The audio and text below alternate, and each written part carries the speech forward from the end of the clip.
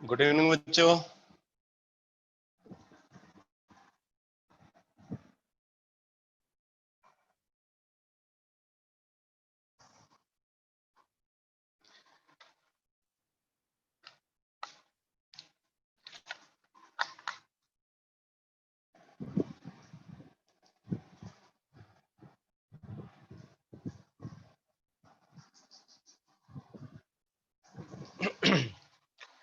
तो मैंने general organic chemistry में लास्ट क्लास में जो इंट्रोडक्शन पार्ट है जिसमें हम ऑर्गेनिक रिएक्शन में यूज होने वाले टर्म्स की एनालिसिस करते हैं, उन टर्म्स के बारे में मैं आपको बताया हुआ है। अब मैं नेक्स्ट कंसेप्ट डिस्कस करने जा रहा हूं। लिखो electronic displacement effect. Electronic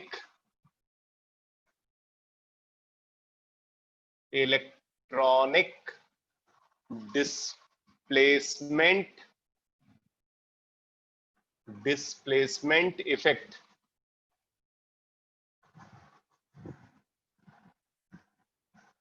electronic displacement effect, और इनको टूल्स ऑफ ऑर्गेनिक केमिस्ट्री भी बोलते हैं। Organic chemistry, tools of organic chemistry. तो देखो बेटा, अगर हम इलेक्ट्रॉनिक डिस्प्लेसमेंट इफेक्ट को क्लासिफाई करें तो इनको हम दो कैटेगरी में डिवाइड करते हैं। इलेक्ट्रॉनिक डिस्प्लेसमेंट इफेक्ट को दो कैटेगरी में डिवाइड करते हैं। Number 1, permanent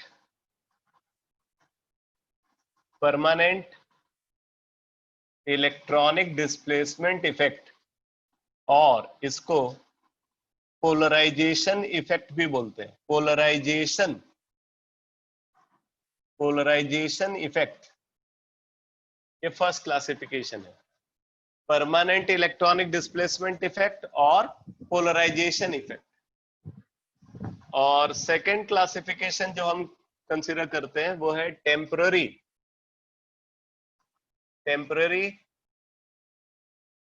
electronic displacement effect और पोलराइजेबिलिटी इफेक्ट।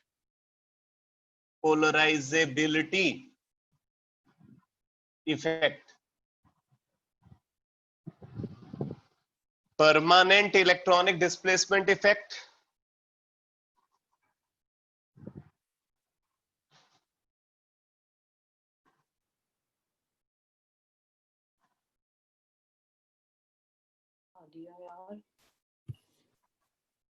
नहीं, बोर्ड तो क्लियर है। बोर्ड में मैं तो कोई प्रॉब्लम नहीं देख रहा हूं। अब हो सकता हो आपके यहाँ कुछ दिक्कत हो नेटवर्क की। नहीं सर, क्लियर है। परमानेंट इलेक्ट्रॉनिक डिस्प्लेसमेंट इफेक्ट और polarisation effect, and temporary electronic displacement effect और पोलराइजेबिलिटी इफेक्ट, ये दो क्लासिफिकेशन ऑब्जर्व होते हैं। अब इसमें से देखो, अगर हम परमानेंट इलेक्ट्रॉनिक डिस्प्लेसमेंट इफेक्ट को कंसीडर करें तो इसको हम फर्दर तीन कैटेगरी में डिवाइड करते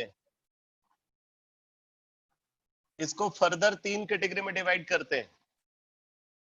नंबर 1, डिस्प्लेसमेंट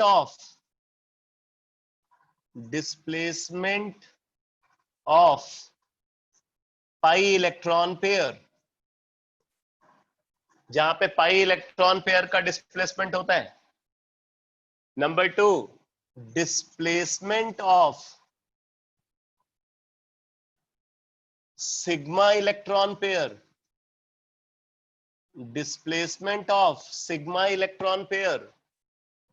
ठीक है। एंड नंबर 3, डिस्प्लेसमेंट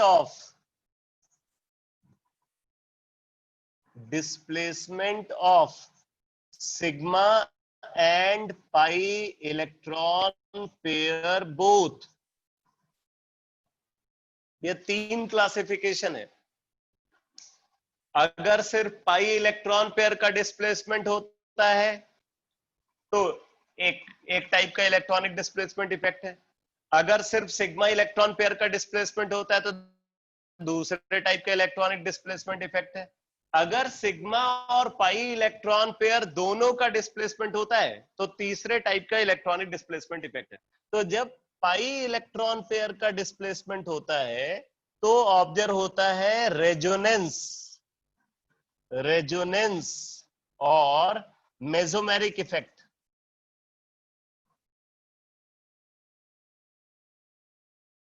रेजोनेंस और मेसोमेरिक इफेक्ट ऑब्जर्व होता है। और अगर सिर्फ सिग्मा इलेक्ट्रॉन पेयर का डिस्प्लेसमेंट होता है तब ऑब्जर्व होता है इंडक्टिव, इंडक्टिव और transmission effect, transmission effect, inductive और ट्रांसमिशन इफेक्ट। और अगर sigma and pi electron pair दोनों का डिस्प्लेसमेंट होता है तब ऑब्जर्व होता है hyper conjugation, hyper conjugation,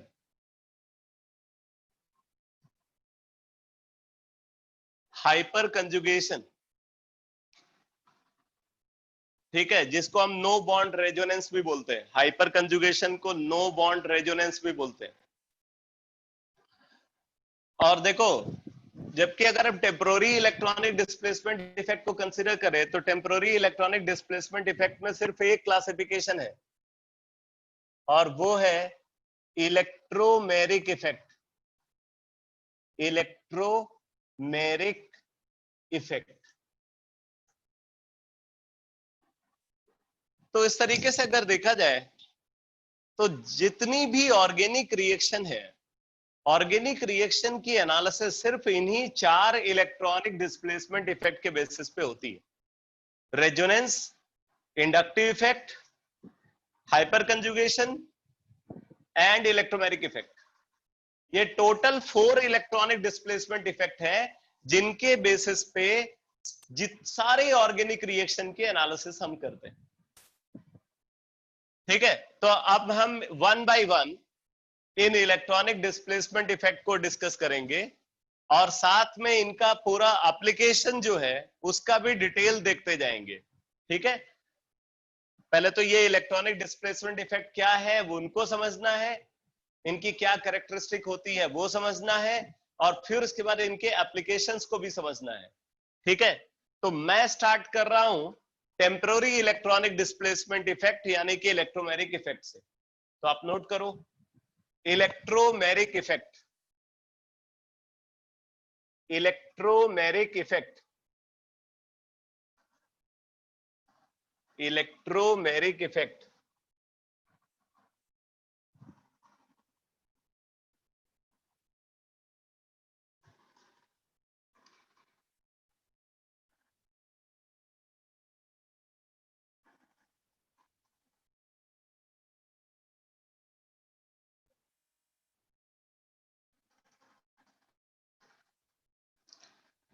note करो इसका डिटेल, लिखो transfer of pi electron pair, transfer of pi electron pair towards more electronegative atom, transfer of pi electron pair towards more electronegative atom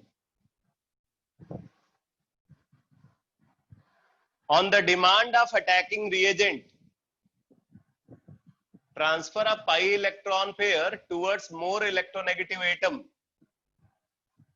on the demand of attacking reagent, on the demand of attacking reagent,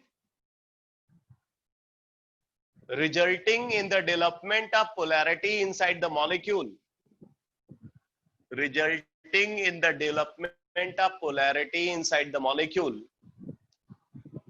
is termed as electromeric effect, is termed as electromeric effect. तो बोला जा रहा है कि electromeric effect में क्या होता है, इलेक्ट्रोमेरिक इफेक्ट में पाई इलेक्ट्रॉन पेयर का ट्रांसफर होता है। ठीक है, जो पाई बॉन्ड पेयर है वो पाई बॉन्ड पेयर ट्रांसफर होता है। कैसे ट्रांसफर होता है, मोर इलेक्ट्रोनेगेटिव एटम जिधर है मोर इलेक्ट्रोनेगेटिव एटम की तरफ ट्रांसफर होता है। तो पाई इलेक्ट्रॉन पेयर का ट्रांसफर मोर इलेक्ट्रोनेगेटिव एटम को अगर होगा तो उस पे क्या जाएगा, उस पे नेगेटिव चार्ज डेवलप हो जाएगा और उसके बगल वाले एटम पे पॉजिटिव चार्ज डेवलप हो जाएगा, मतलब पोलैरिटी इंड्यूस हो जाती है, पोलैरिटी डेवलप हो जाती है। और ये पोलैरिटी कौन डेवलप कराना चाहता है, ये पोलैरिटी डेवलप कराना चाहता है रिएजेंट, अटैकिंग रिएजेंट चाहता है कि वहां पे पोलैरिटी डेवलप हो जाए। अगर पोलैरिटी डेवलप होगी तो वो अपनी सुटेबिलिटी के हिसाब से एक पर्टिकुलर चार्ज सेंटर पे अटैक कर जाएगा। अगर वो इलेक्ट्रोफाइल होगा तो नेगेटिव चार्ज सेंटर पे अटैक कर जाएगा, और अगर वो न्यूक्लियोफाइल होगा तो वो पॉजिटिव चार्ज सेंटर पे अटैक कर जाएगा। ठीक है, तो अटैकिंग रिएजेंट चाहता है कि सबस्ट्रेट मॉलिक्यूल के अंदर पोलैरिटी डेवलप हो जाए। तो ये पोलैरिटी तभी डेवलप हो सकती है जब वहां पे पाई बॉन्ड प्रेजेंट हो। अगर सबस्ट्रेट मॉलिक्यूल के अंदर पाई बॉन्ड प्रेजेंट है तो अटैकिंग रिएजेंट के डिमांड पे वो pi bond pair more electronegative atom को ट्रांसफर हो जाएगा, जिससे मोर इलेक्ट्रोनेगेटिव एटम पे नेगेटिव चार्ज और बगल वाले एटम पे पॉजिटिव चार्ज डेवलप होगा और अटैकिंग रिएजेंट अपनी सुटेबिलिटी के हिसाब से एक चार्ज सेंटर पे अटैक कर जाएगा। इसको इलेक्ट्रोमेरिक इफेक्ट बोलते हैं। अब क्योंकि अगर आप इस इफेक्ट को देखो तो ये इफेक्ट अटैकिंग रिएजेंट की डिमांड पे ऑब्जर्व हो रहा है। अगर अटैकिंग रिएजेंट डिमांड करेगा तो इफेक्ट ऑब्जर्व होगा, अगर डिमांड नहीं होगी, मतलब अटैकिंग रिएजेंट अगर नहीं होगा तो डिमांड भी नहीं होगी। अगर अटैकिंग रिएजेंट नहीं है तो पोलैरिटी की डिमांड भी नहीं है, और पोलैरिटी की डिमांड नहीं है तो इफेक्ट ऑब्जर्व नहीं होगा। तो इसीलिए बोलते हैं ये टेम्पररी इफेक्ट है, क्योंकि ये इफेक्ट अपने आप से ऑब्जर्व नहीं होता बल्कि अटैकिंग रिएजेंट के डिमांड पे ऑब्जर्व होता है। ठीक है, तो इलेक्ट्रोमेरिक इफेक्ट को अगर हम कंसीडर करें तो इलेक्ट्रोमेरिक इफेक्ट जो है वो सिर्फ उन्हीं मॉलिक्यूल्स में ऑब्जर्व होता है जहां पे पाई बॉन्ड प्रेजेंट है। तो अब जरा आप नोट करो, characteristic of electromeric effect, characteristic of electromeric effect,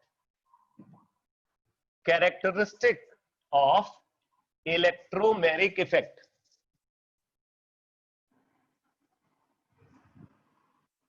Characteristic of electromeric effect. First point लिखो, this effect is observed. This effect is observed only in pi bonded molecule. This effect is observed only in pi bonded molecule. जिन molecules के अंदर pi bond present है वहीं पे ये effect observe होगा। इसका मतलब ये इफेक्ट ऑब्जर्व होगा कार्बन कार्बन डबल बॉन्ड यानी कि एल्कीन के अंदर, कार्बन कार्बन ट्रिपल बॉन्ड यानी एल्काइन के अंदर, कार्बन ऑक्सीजन डबल बॉन्ड मतलब कार्बोनिल कंपाउंड के अंदर, कार्बन नाइट्रोजन ट्रिपल बॉन्ड मतलब साइनाइड के अंदर, एटसेट्रा। तो जिन मॉलिक्यूल्स के अंदर पाई बॉन्ड प्रेजेंट होगा वहीं पे ये इफेक्ट ऑब्जर्व होगा।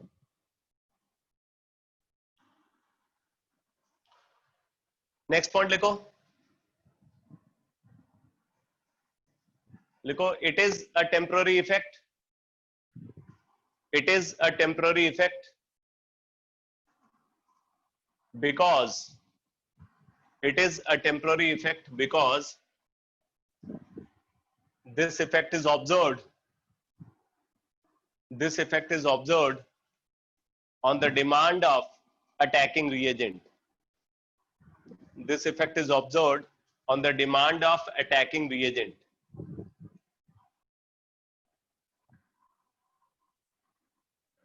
ठीक है, तो अगर हम इस इफेक्ट को कंसीडर करें तो ये टेम्पररी इफेक्ट होता है, परमानेंट इफेक्ट नहीं होता, क्योंकि अगर अटैकिंग रिएजेंट होगा तभी ये इफेक्ट ऑब्जर्व होगा। अटैकिंग रिएजेंट को अगर आप रिमूव कर लोगे तो ये इफेक्ट खत्म हो जाएगा। फॉर एग्जांपल, अगर कार्बोनिल कंपाउंड है तो क्या होगा यहाँ पे, बोल रहे हैं अटैकिंग रिएजेंट की प्रेजेंस में ये ऐसा हो जाएगा। अगर अटैकिंग रिएजेंट को रिमूव कर लिया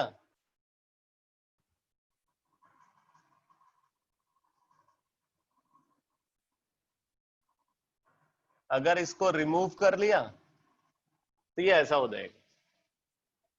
अटैकिंग रिएजेंट अगर प्रेजेंट है तो ये इस तरीके से एग्जिस्ट करेगा, और अगर अटैकिंग रिएजेंट को रिमूव कर लिया तो इस तरीके से एग्जिस्ट करेगा।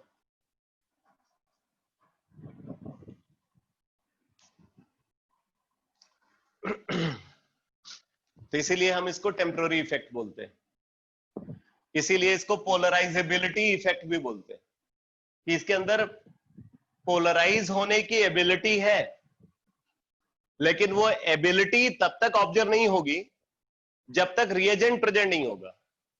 रिएजेंट की प्रेजेंस में ही वो पोलराइज होने की एबिलिटी ऑब्जर्व होगी। अगर रिएजेंट नहीं प्रेजेंट है तो वो एबिलिटी नहीं ऑब्जर्व होगी। अगला पॉइंट लिखो, नेक्स्ट पॉइंट लिखो, it is represented by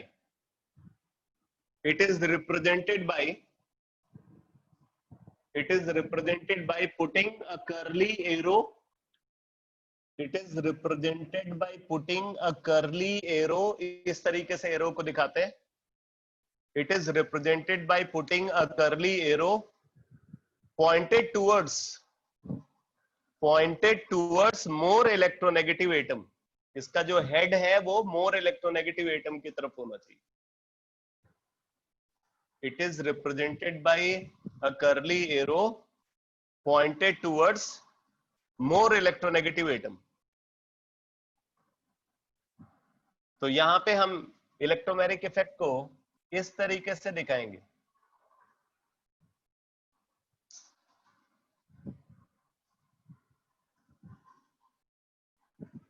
next point लिखो, कंबाइंड इन्फ्लुएंस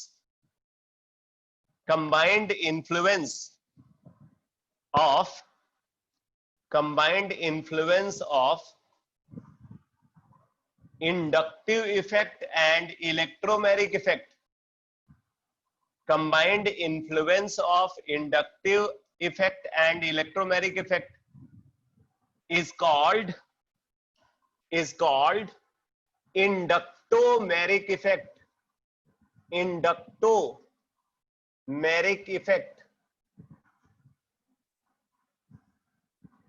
इंडक्टिव और इलेक्ट्रोमेरिक इफेक्ट का जो कंबाइंड इन्फ्लुएंस है उसको इंडक्टोमेरिक इफेक्ट बोलते हैं।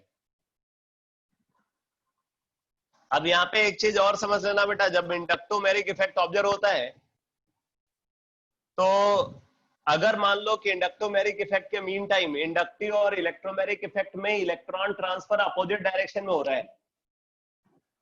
एक में इलेक्ट्रॉन अगर मान लो इस डायरेक्शन में जा रहा है एक की वजह से, और दूसरी की वजह से इलेक्ट्रॉन इस डायरेक्शन में जा रहा है, अगर दोनों की वजह से इलेक्ट्रॉन अपोजिट डायरेक्शन में जा रहा है तो नेट इफेक्ट हमेशा इलेक्ट्रोमैग्नेटिक इफेक्ट वाला होगा, क्योंकि इलेक्ट्रोमैग्नेटिक इफेक्ट डोमिनेट करेगा इंडक्टिव इफेक्ट के ऊपर। तो इस बात को भी लिख लो, if inductive and electromagnetic effect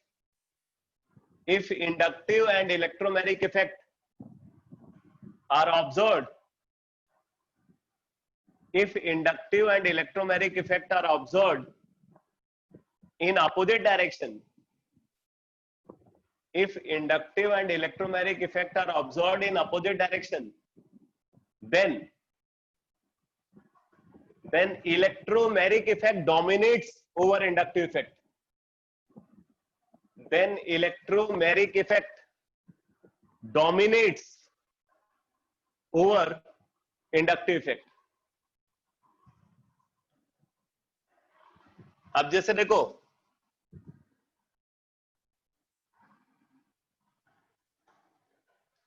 अगर मान लो हमारे पास ये कंपाउंड है,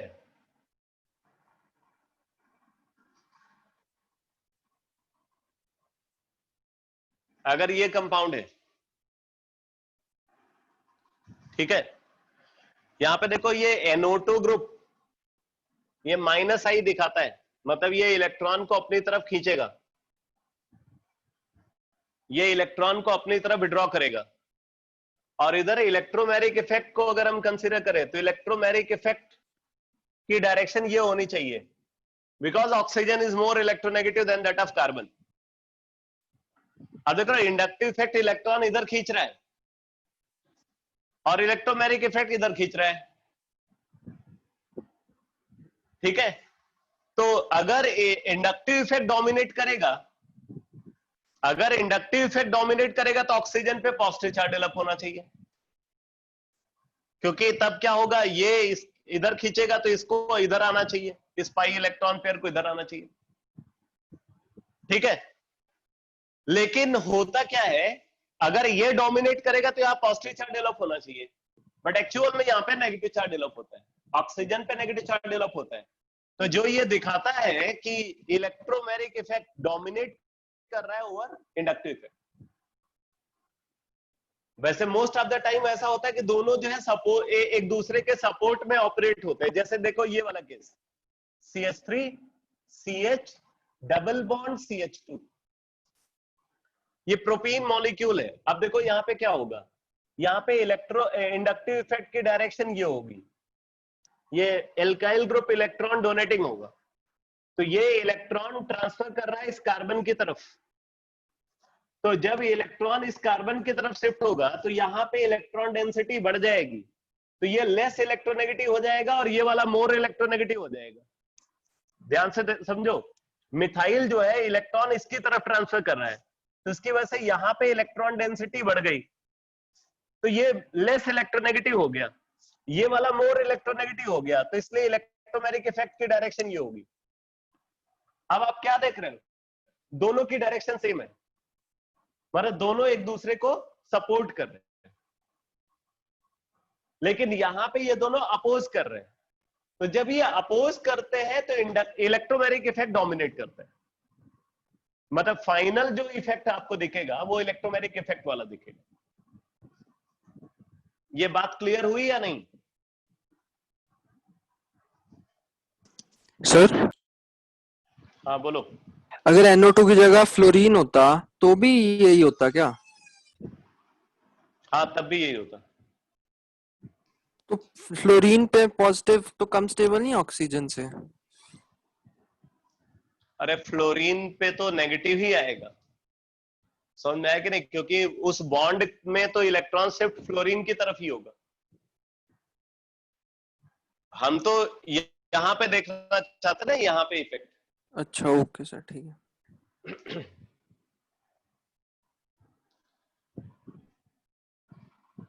इसी तरीके से देखो, अगर इलेक्ट्रोमैरिक इफेक्ट और मेसोमेरिक इफेक्ट या रेजोनेंस, इलेक्ट्रोमैरिक इफेक्ट और रेजोनेंस अगर एक साथ ऑब्जर्व हो रहे हैं तो उनका जो कंबाइंड इन्फ्लुएंस होता है उसको कंजुगेटिव इफेक्ट बोलते हैं। तो आप इस बात को भी लिख लो, लिखो combined influence of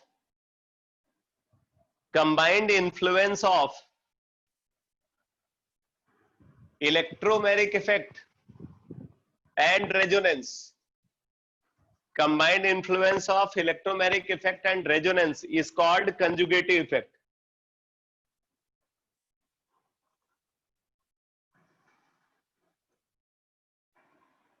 Combined influence of electromagnetic effect and resonance is called conjugative effect.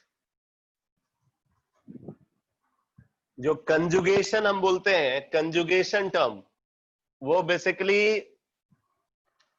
Electromagnetic effect और रेजोनेंस का कंबाइंड फॉर्म है। तो ये तो हो गई इलेक्ट्रोमैग्नेटिक इफेक्ट की characteristic.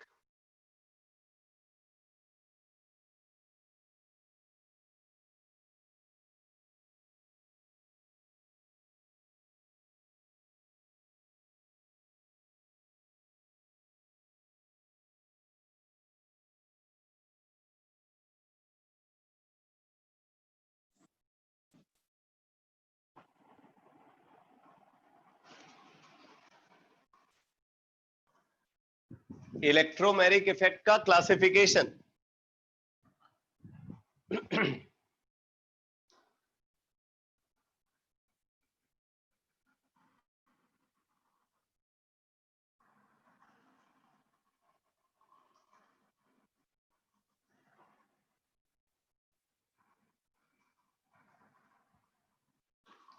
Classification of electromeric effect. तो नोट करो, electromeric effect are of two types. Electromeric effect are of two types. Electromeric effect are of two types. Number one, electromeric effect are of two types. Number one, positive electromeric effect plus E effect.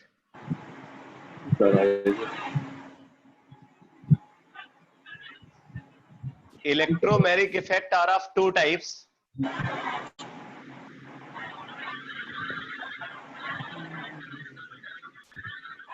एक minute बेटा, थोड़ा wait करना तुम लोग।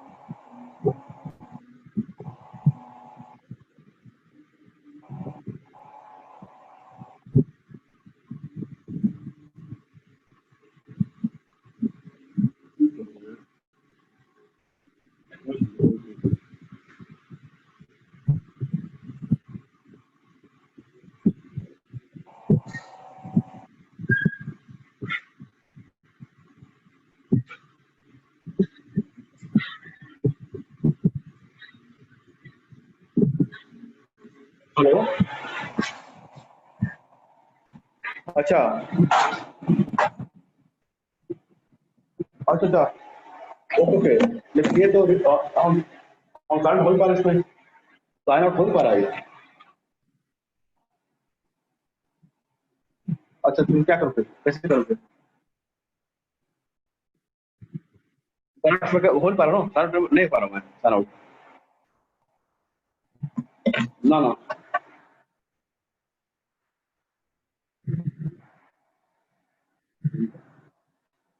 सब कुछ कर रहा हूँ, वो कर रहा है, ये कर रहा था जैसे कॉल पहले था, साइन आउट नहीं पाते तो कॉल अभी हो रही। हाँ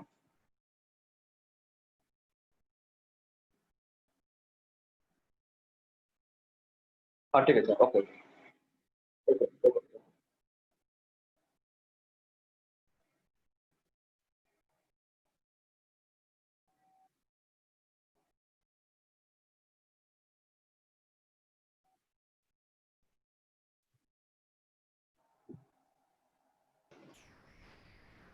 हाँ बच्चों, तुम लोग जरा वेट करो, मैं एक बार जो है इसको अब क्लास स्टार्ट में 5 मिनट। एक बार मीटिंग को क्लोज हाँ, करके मैं दोबारा से जो है कनेक्ट अभी करता हूँ। अभी 5 का स्टार्ट होता है, अभी क्लास स्टार्ट में 5 मिनट है, ठीक है, ओके ओके।